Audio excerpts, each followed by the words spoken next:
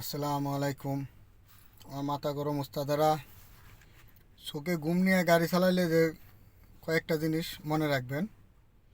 প্রথমত, শোকে ঘুম নিয়ে গাড়ি চালানো একদম উচিত না।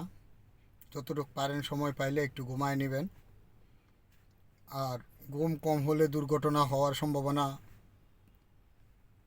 80%। দ্বিতীয়ত, ঘুম কম হলে মনে করেন সবসময় মাথা চড়া থাকে। দেখবেন রাস্তায় যদি ফুট করে কোনো রিক্সা, মোটর সাইকেল বা আজে বাজে গাড়ি ঢুকে যায়, ফুট করে মাথা গরম হয়ে গেছে আপনার, হয়ে গেছে।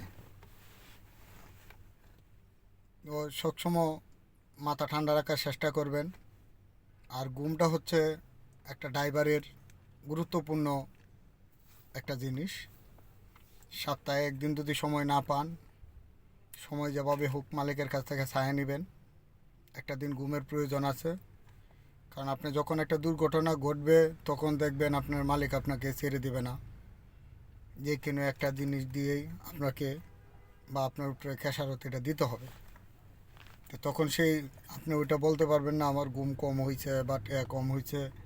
আপনি এটা দাবি, বা এমনও হতে পারে রাস্তায় একটা দুর্ঘটনা ঘটলে যে আপনার জীবনটাও চলে যেতে পারে। একটা দুর্ঘটনা সারা জীবনের কান্না। এই ছোট্ট একটা বিষয় সবসময় মাথায় রাখবেন। মাথা ঠান্ডা রেখে গাড়ি চালাবেন। পারাপারি এগুলি কখনোই করবেন না।